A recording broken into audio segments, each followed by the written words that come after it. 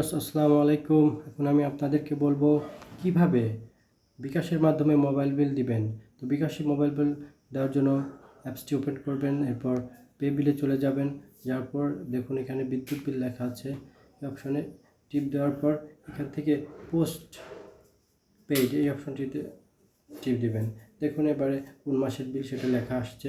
এবার এখানে SMS account দিন। এখানে আপনাকে তো দেখুন এই হচ্ছে আমার অ্যাকাউন্ট নাম্বার।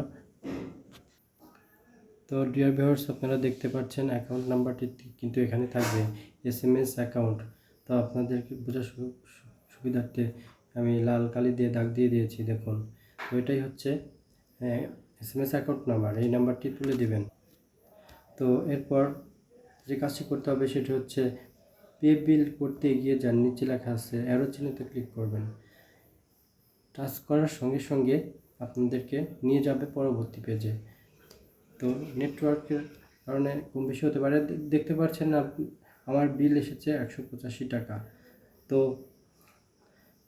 185 টাকা আপনার যে বিল, সেই বিলের সঙ্গে আপনাদের নির্ধারিত টাকার পরিমাণ আসবে।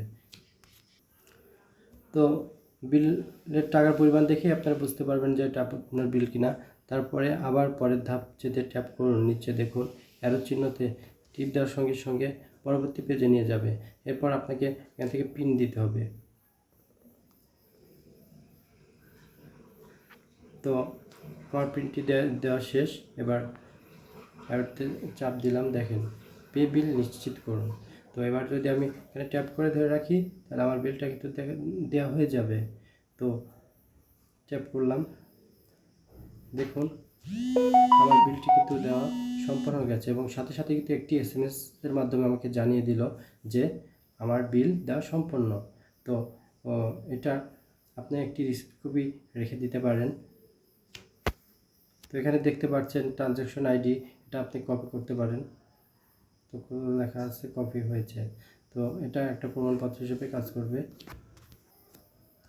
তো এবার কিছু পয়েন্ট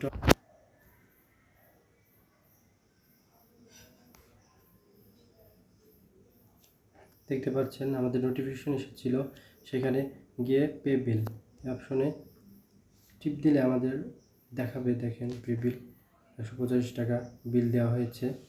তো এটা আপনি শেয়ার করতে পারেন, ডাউনলোড রিসিপ্ট করতে পারেন।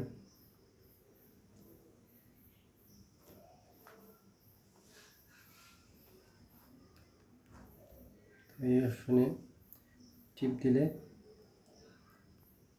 আমাদের রিসিপ্টটি দেখা যাবে। দেখুন আমাদের রিসিপ্ট। তো এই রিসিপ্টটা আপনারা সংরক্ষণে রাখতে পারেন, চাইলে প্রিন্ট করতে পারেন অথবা আপনার মোবাইলে সংরক্ষণ করে রেখে দিতে পারেন। তো এই ছিল বিকাশে কীভাবে পেমেন্ট করবেন এবং তা সংরক্ষণ করে রাখবেন।